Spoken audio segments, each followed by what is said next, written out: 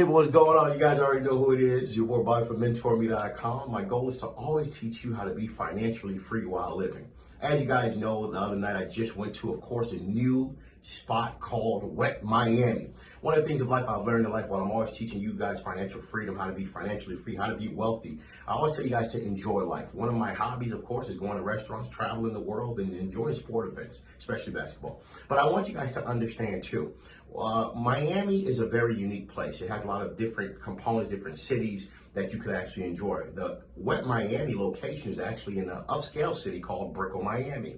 For a lot of you that may not be familiar with Brickell, Brickell has some of the most high upscale restaurants in that particular city because, of course, the type of class of individuals that live in that particular city. And a lot of people don't understand it's also a big tourist area when it comes to individuals coming from across the world.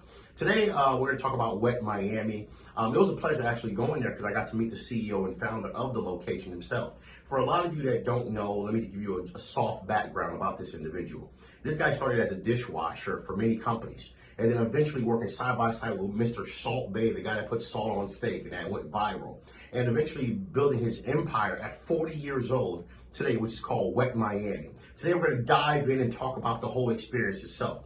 I know a lot of you have been seeing the TikTok videos, the IG videos showing you, of course, that whole underground water feel. It is true. You can obviously see when you get inside presentation-wise, this individual put a lot of money into his establishment, and it was well worth the investment that he put in because it's something to see.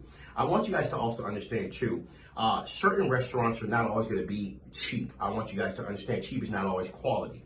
One of the things I want to say when we talk about price, advertisers go anywhere from, let's say, $20 to $45. For a lot of you that are penny pinching, this may not be the restaurant for you because when it comes to the main dinner dishes go anywhere from $50 for a salad all the way up to $225 for a Wagyu steak. So you could easily spend for a couple of $300 to $400 with ease if you get a drink or two. I just want you guys to understand that for a lot of you that don't understand the realm of different restaurants. I've been to a lot of high-end and low-end restaurants, and I don't judge. I've been from Komodo's to Bourbon Steak, which is 5 diamond, not 5-star, to, of course, local restaurant, mom and pop restaurants. But I'm always going to now start giving reviews to really give you guys a gist of how was it. So price-wise, you're looking at anywhere from $50 to about $300, $250 per plate. When we talk about the drinks, everybody always want to know how was the drinks. The drinks are amazing. When we talk about, let's say, the service was actually subpar. I've never seen a restaurant with this type of service before. The service was so A1. I mean, this is the best service I've ever seen. And I'm going to be honest, to the point where you walk in, they're very welcoming. When you walk inside, everybody's saying hi, how are you doing? How are you, holding small talk with you, which is something I'm assuming he really put emphasis on because that's not the norm, even if you're at high-end restaurants. Sometimes people don't even talk to you. This restaurant here, everybody's very friendly and polite. I gotta give the brother that he really understands customer service. Down to our waiter, he was very nice, very generous too, very detailed with how he explained what is the concept of the restaurant also. Then we go into, of course, what did I eat for the night? I ate a crab cake as an appetizer, which I must say was delicious. Very well cooked. Flavor combinations was amazing. Seasoning was amazing. I ended the night with a dinner of what we call a seafood pasta. Now, I want to say this, okay? My only thing is, because a lot of you always want to know what's the negatives. You hear the positive. Seafood pasta was okay, and I'm going to say why it was okay. It had shrimp in it. It had lobster. The lobster was actually flavorful. The shrimp was actually top tier shrimp, I must say, because when you bite into it, you can tell the quality of the shrimp and the lobster, I must say.